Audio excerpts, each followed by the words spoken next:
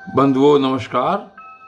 कल की वीडियो में आपने सुना था कि मैत्रेय जी ने विदुर जी को काल और मनवंतरादि विषयों के बारे में बताया, और आज यहाँ पर इस वीडियो में बता रहे हैं कि सृष्टि का विस्तार किस पूर्वक हुआ। जब ब्रह्मा जी ने सोचा, ब्रह्मा जी ने मन में ठाना कि मुझे इस लोक की उत्पत्ति करनी है, तो सृष्टि का विस्तार किस प्रकार हुआ ये आज आगे मैत्रेय जी विदुर जी को बता रहे हैं। और कहते हैं कि विदुर जी सुनो, यहाँ तक मैंने आपको सब काल की महिमा बताई और ब्रह्मा जी ने जगत की रचना किस प्रकार की, अब वो सुनिए। तो सबसे पहले जो ब्रह्मा जी ने रचना रची, उन्होंने 5 वृत्तियों को उत्पन्न किया। 5 वृत्ति कौन कौन सी थी? वो थी तम यानी कि अविद्या, मोह यानी कि अस्मिता, महामोह यानी कि राग, तामिस्त्र यानी कि द्वेष और अंतामिस्त्र यानी कि अभिनिवेश। पहले उन्होंने इन 5 को रचा, लेकिन उन्होंने देखा कि ये सारी ही जितनी भी वृत्तियां हैं ये सभी पापमयी वृत्तियां हैं। तो इन पापमयी वृत्तियों को देख करके उन्हें प्रसन्नता नहीं हुई। तब उन्होंने अपने मन को भगवान के ध्यान से पवित्र करके उससे दूसरी सृष्टि रची। और दूसरी सृष्टि में उन्होंने क्या किया? इस सृष्टि में उन्होंने 4 अपने जो ऋषि थे, उनके पुत्र जिनको कहते हैं, वो थे सनक, सनंदन, सनातन और सनत कुमार। ये 4 निवृत्ति प्रायण ऊर्ध्वरेता मुनि उत्पन्न किए। और उन्होंने अपने इन पुत्रों से कहा कि पुत्रों, तुम लोग सृष्टि को उत्पन्न करो। किंतु ये जो इनके 4 पुत्र थे, ये जन्म से ही निवृत्ति प्रायण मार्ग थे और जन्म से ही मोक्ष मार्ग का अनुसरण करते थे और भगवान के ध्यान में तत्पर थे, तो इसलिए उन्होंने ऐसा नहीं किया। और तब ब्रह्मा जी ने देखा कि मेरी आज्ञा ने बार करके ये 4 पुत्र मेरा तिरस्कार कर रहे हैं, तब उन्हें बड़ा ही असह्य क्रोध हुआ। और उसे रोकने के लिए जब उन्होंने प्रयत्न किया, तो उनकी भुहों के बीच में से एक नील लोहित यानी कि जो नीले और लाल रंग का एक नील लोहित है, बालक के रूप में प्रकट हो गया। तो वो देवताओं के पूर्वज भगवान भव जो रुद्र था, वो रो रो करके कहने लगे कि जगत पिता विधाता, मेरे नाम और रहने के स्थान बताइए। जैसे ही वो बालक उत्पन्न हुआ उनकी बहों के बीच में से, तो वो अपने रहने के लिए स्थान मांगने लगे। तब जो कमल योनि भगवान ब्रह्मा थे, उस बालक की प्रार्थना पूर्ण करने के लिए उन्होंने बड़ी मधुर वाणी में कहा कि रो मत, मैं तभी तुम्हारी इच्छा पूरी करता हूँ। और तुम जन्म लेते ही बालक के समान फूट फूट करके रोने लगे, तो इसलिए प्रजा तुम्हें रुद्र नाम से पुकारेगी। तुम्हारे रहने के लिए मैंने पहले से ही स्थान नियत कर रखे हैं। और वो स्थान क्या क्या हैं? वो हैं हृदय, इंद्रिय, प्राण, आकाश, वायु, अग्नि, जल, पृथ्वी, सूर्य, चंद्रमा और तप। ये स्थान रच दिए हैं। तुम्हारे नाम और क्या क्या होंगे? कि तुम्हारे नाम होंगे मन्यु, मनु, महिनस, महान, शिव, ऋतध्वज, उग्ररेता, भव, काल, वासुदेव और धृतव्रत। और क्या होगा? धी, वृत्ति, उष्णा, उमा, नियुत, सर्पी, इला, अंबिका, इरावती, सुधा और दीक्षा। ये 11 रुद्राणियां तुम्हारी पत्नियां होंगी। तुम उपयुक्त नाम, स्थान और स्त्रियों को स्वीकार करो और इसके द्वारा बहुत सी प्रजा उत्पन्न करो, क्योंकि तुम प्रजापति हो। लोकपिता ब्रह्मा जी से ऐसी आज्ञा पा करके भगवान नील लोहित बल, आकार और स्वभाव में अपने ही जैसी प्रजा उत्पन्न करने लगे। भगवान रुद्र के द्वारा उत्पन्न हुए उन रुद्रों को असंख्य यूथ बनाकर सारे संसार को भक्षण करते देख करके ब्रह्मा जी को बड़ी शंका हुई।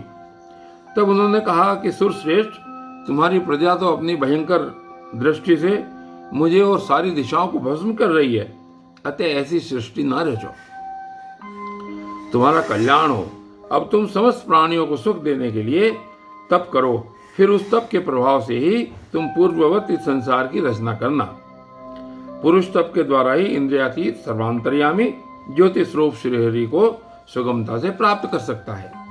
जब ऐसी बात कही तो मैत्रेय जी कह रहे हैं कि जब ब्रह्मा जी ने ऐसी आज्ञा दी तब रुद्र ने बहुत अच्छा कह करके उसको शिरोधार्य किया और फिर उनकी अनुमति लेकर और उनकी परिक्रमा करके वे वन को तपस्या करने के लिए वन को चले गए। अब इसके पश्चात क्या होता है कि इसके पश्चात जब भगवान की शक्ति से संपन्न ब्रह्मा जी ने सृष्टि के लिए संकल्प किया तब उनके 10 पुत्र और उत्पन्न हुए। वो कौन कौन से हुए? उनसे लोक की बहुत वृद्धि हुई। उनके कौन कौन से नाम थे?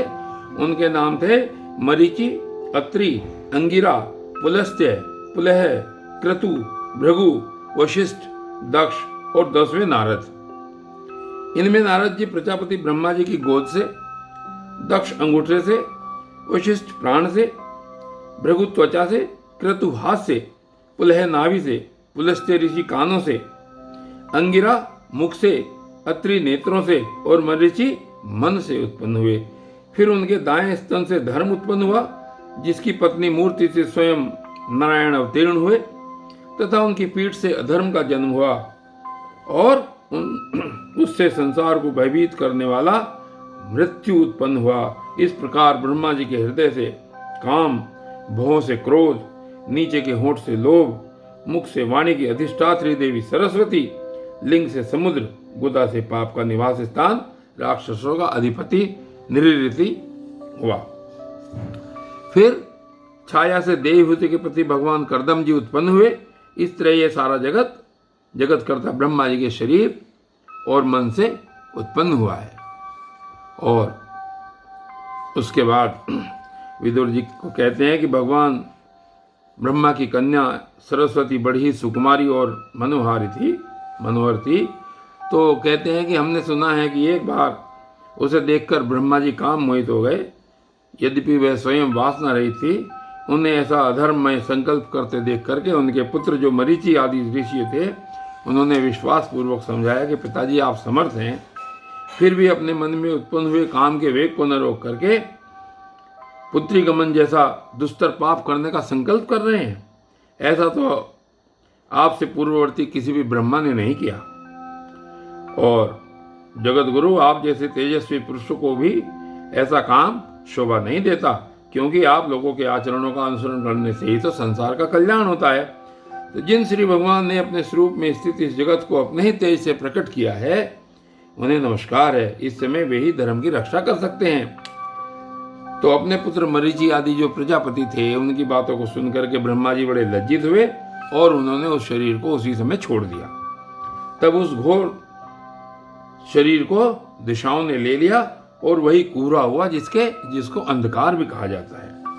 तो एक बार ब्रह्मा जी ये सोच रहे थे कि मैं पहले की तरह सुव्यवस्थित रूप से सब लोगों की रचना किस प्रकार करूं।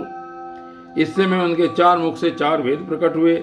इनके सिवा उपवेद, न्याय शास्त्र, होता, उद्गाता, ऊर्ध्वयु और ब्रह्मा, इन 4 ऋत्विजों के कर्म, यज्ञों का विस्तार, धर्म के 4 चरण और 4 आश्रम तथा उनकी वृत्तियां, ये सब भी ब्रह्मा जी के मुख से ही उत्पन्न हुए। तो विदुर जी ने पूछा कि तपोधन विश्व रचिताओं के स्वामी श्री ब्रह्मा जी ने जब अपने मुखों से इन वेदादि को रचा तो उन्होंने अपने किस मुख से कौन सी वस्तु उत्पन्न की, ये आप मुझे कृपा करके बताइए।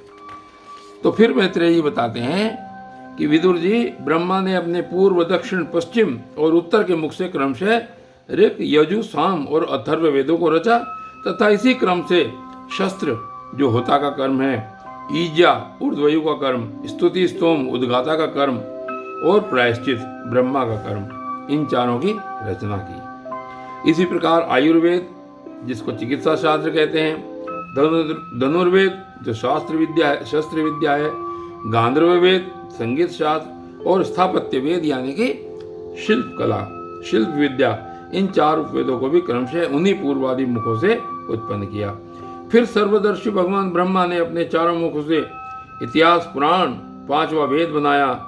इसी क्रम से षोडशी और शक्य, षोडशी और उक्त चयन और अग्निष्टोम, आप्तोर्याम और अतिरात्र तथा वाजपेयी और गोसव, ये दो याग भी उनके पूर्वादि मुखों से ही उत्पन्न हुए हैं। विद्या, दान, तप और सत्य, ये धर्म के 4 पाद और वृत्तियों के सहित 4 आश्रम भी इसी क्रम से प्रकट हुए हैं। सावित्र, प्राजापत्य, ब्राह्म और बृहद, ये 4 वृत्तियां ब्रह्मचारी की हैं तथा वार्ता, संचय, शालीन और शीलोच, ये 4 वृत्तियां ग्रस्त की हैं।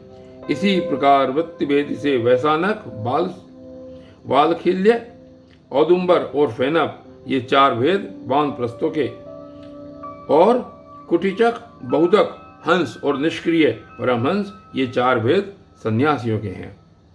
तो आगे कहते हैं कि ये जो हैं इनके अर्थ भी थोड़ा आगे बताए हैं इसमें, कि जो 1 वर्ष का ब्रह्मचर्य व्रत है उसको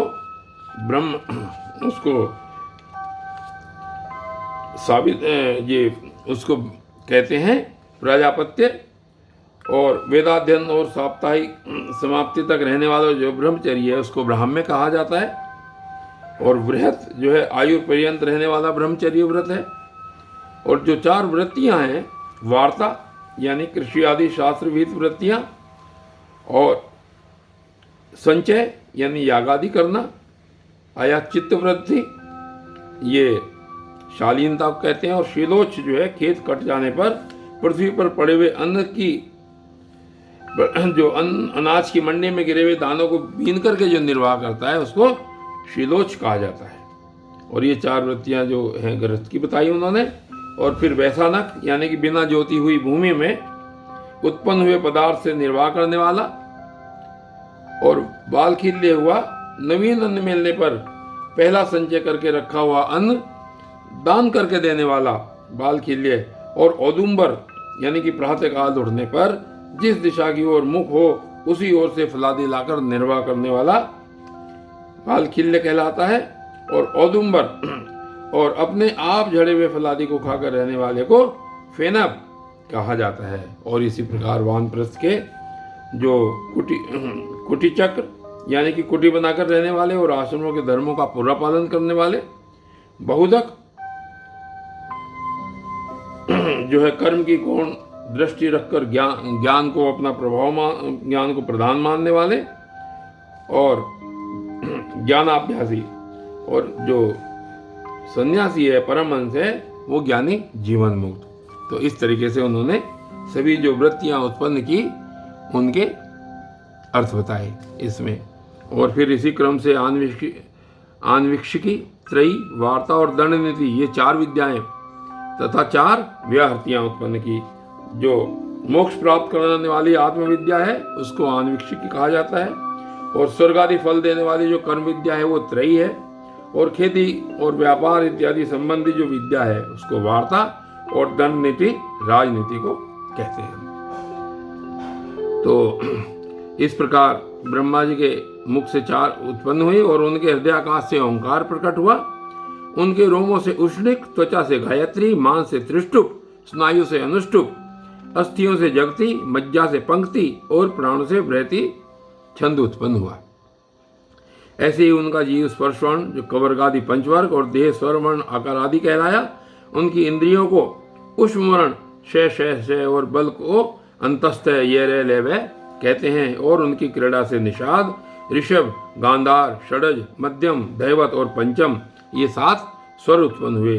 हेतात ब्रह्मा जी शब्द ब्रह्म स्वरूप हैं, वे वैखरी रूप अव्यक्त और ओंकार रूप से अव्यक्त हैं, तथा उनसे परे जो सर्वत्र परिपूर्ण ब्रह्म पर ब्रह्म है वही अनेकों प्रकार की शक्तियों से विकसित होकर इंद्रादि रूपों में भास रहा है। विदुर जी, ब्रह्मा जी ने पहला कामक शरीर जिससे कोहरा बना था छोड़ने के बाद दूसरा शरीर धारण करके विश्व विस्तार का विचार किया। वे देख चुके थे कि मरीचि आदि जो महान शक्तिशाली ऋषि हैं वो भी सृष्टि का बहुत अधिक विस्तार नहीं कर पा रहे हैं। अतः वो मनी मन फिर पुनः चिंता करने लगे, और उन्होंने कहा कि बड़ा आश्चर्य की बात है कि मेरे निरंतर प्रयत्न करने पर भी मैं प्रजा की वृद्धि नहीं कर पा रहा हूँ, प्रजा की वृद्धि नहीं हो रही है। मालूम होता है जिसमें देव ही कुछ विघ्न डाल रहे हैं। तो जिस समय यथोचित क्रिया करने वाले श्री ब्रह्मा जी इस प्रकार देव के विषय में विचार कर रहे थे, उसी समय अकस्मात उनके शरीर के दो भाग हो गए। तो के ब्रह्मा जी का नाम है, उन्हीं से विभक्त होने के कारण शरीर को काय भी कहा जाता है। उन दोनों विभागों से एक स्त्री पुरुष का जोड़ा उत्पन्न हुआ। उनमें जो पुरुष था वह सार्वभौम सर्वार्थ स्वयंभू मनु, और जो स्त्री थी वह उनकी महारानी शतरूपा हुई। तब से मिथुन धर्म स्त्री पुरुष संभोग से प्रजा की वृद्धि होने लगी। महाराज स्वयंभू मनु ने शतरूपा से 5 संतानें की। साधु शिरोमणि विदर्जी, उनमें प्रियव्रत और उत्तानपाद 2 पुत्र थे तथा आकुति, देवहुति और प्रसूति 3 कन्याएं थी। मनु जी ने आकुति का विवाह रुचि प्रजापति से किया। मझली कन्या देवहुति करदम जी को दी और प्रसूति दक्ष प्रजापति को दी। इन तीनों कन्याओं की संतति से सारा संसार भर गया। और आज ये कथा यहीं पर समाप्त होती है। कल की वीडियो में आगे देखेंगे क्या होता है। तब तक के लिए धन्यवाद।